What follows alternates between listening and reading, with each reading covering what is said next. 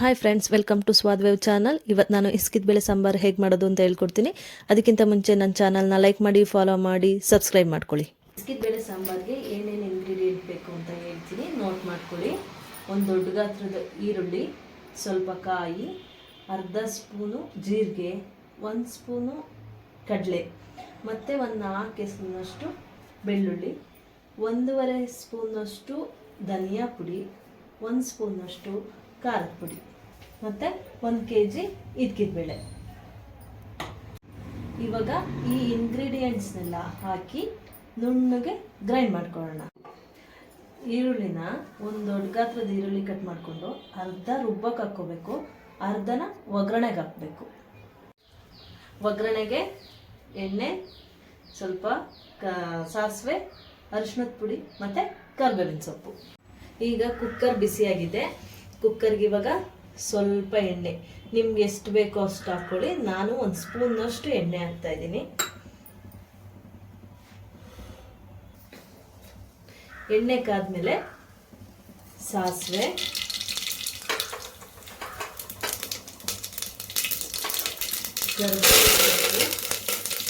ಸಿಮ್ಮಲ್ಲಿ ಇಟ್ಕೊಳ್ಳಿ ಕುಕ್ಕರ್ನ. ಎಣ್ಣೆ ಜಾಸ್ತಿ ಕಾದ್ರೆ ಒತ್ತೋಗುತ್ತೆ.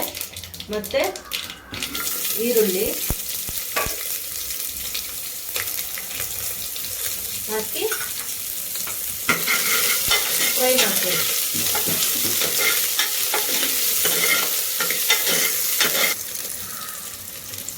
ಈಗ ಸ್ವಲ್ಪ ಈರುಳ್ಳಿ ಎಲ್ಲ ಸ್ವಲ್ಪ ಫ್ರೈ ಆದಮೇಲೆ ಈಗ ಇಸ್ಕಿದ ಬೇಳೆ ಹಾಕ್ಕೋಬೇಕು. ಇಸ್ಕಿದ ಬೇಳೆ ಹಾಕ್ಕೊಂಡು ಫ್ರೈ ಮಾಡ್ಕೊಳ್ಳೋಣ 1 ನಿಮಿಷ. ಆ ಬೇಳೆ ಸ್ವಲ್ಪ ಹಸಿ ವಾಸನೆ ಎಲ್ಲ ಹೋಗ್ಬೇಕು. 1-2 ನಿಮಿಷ ಫ್ರೈ ಮಾಡ್ಕೊಳ್ಳಿ. ಇವಾಗ ಕಾಳ್ದು ಹಸಿ ವಾಸನೆ ಹೋಗಿದೆ. ಇವಾಗ ಸ್ವಲ್ಪ ಅದಕ್ಕೆ 1/4 ಸ್ಪೂನಷ್ಟು ಅರಿಶಿಣದ ಪುಡಿ, 1/4 ಸ್ಪೂನಿಂದ ಅರ್ಧ ಸ್ಪೂನಷ್ಟು ಅರಿಶಿಣದ ಪುಡಿ ಹಾಕ್ಕೊಳ್ಳಿ. ಇವಾಗ ರುಬ್ಬಿರೋಂಥ ಮಸಾಲನ ಹಾಕ್ಕೋಬೇಕು. ಇದರೊಳಗೆ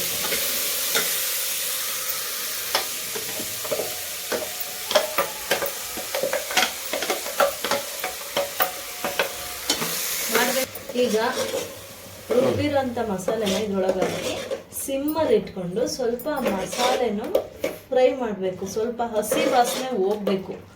ಯಾವುದೇ ಸಾಂಬಾರ್ಗಾಗಲಿ ಆ ಮಸಾಲೆನ ಸ್ವಲ್ಪ ತರಕಾರಿ ಒಳಗಾಗಲಿ ಕಾಳೊಳಗಾಗಲಿ ಸ್ವಲ್ಪ ಹಸಿ ವಾಸನೆ ಹೋಗೋವರೆಗೂ ಹುರಿದ್ರೆ ಸಾಂಬಾರು ಚೆನ್ನಾಗಾಗುತ್ತೆ. ಇಲ್ಲ ಹಸಿ ಹಸಿ ಸ್ಮೆಲ್ ಬರುತ್ತೆ.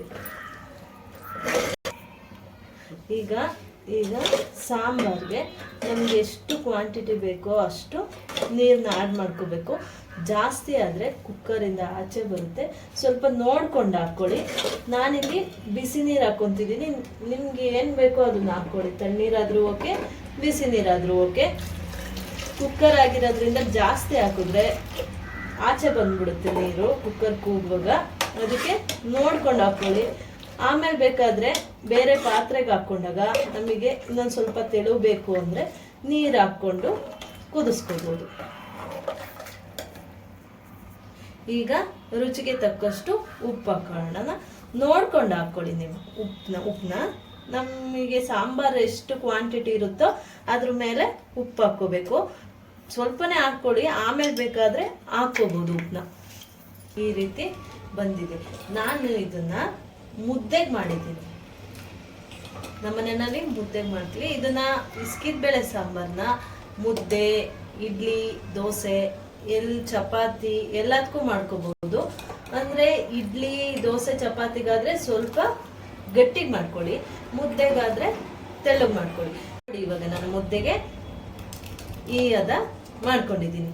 ತುಂಬ ನೀರು ಹಾಕ್ಕೊಳಕ್ಕೆ ಹೋಗ್ಬೇಡಿ. ತುಂಬ ನೀರು ಹಾಕ್ಕೊಂಡ್ರೆ ಟೇಸ್ಟ್ ಹೋಗ್ಬಿಡುತ್ತೆ. ಮತ್ತು ಸಾಂಬಾರನ್ನ ಸಿಮ್ಮಲ್ಲೇ ಇಟ್ಕೊಂಡು ಕುದಿಸಿ. ಫುಲ್ ಫ್ಲೇಮ್ ಮಾಡಿದ್ರೆ ತಳ ಹಿಡಿಯುತ್ತೆ. ಇಸ್ಕಿದ ಬೇಳೆ ಸಾಂಬಾರು ಬೇಗಂತ ತಳ ಹಿಡಿದ್ಬಿಡುತ್ತೆ. ಸಿಮ್ಮಲ್ಲೇ ಇಟ್ಕೊಂಡು 1-2 ನಿಮಿಷ ಬೇರೆ ಪಾತ್ರೆಗೆ ಹಾಕ್ಕೊಂಡ್ಮೇಲೆ 1-2 ನಿಮಿಷ ಕುದಿಸಿ. ಈಗ ಇಸ್ಕಿದ ಬೇಳೆ ಸಾಂಬಾರು ರೆಡಿ ಆಯಿತು.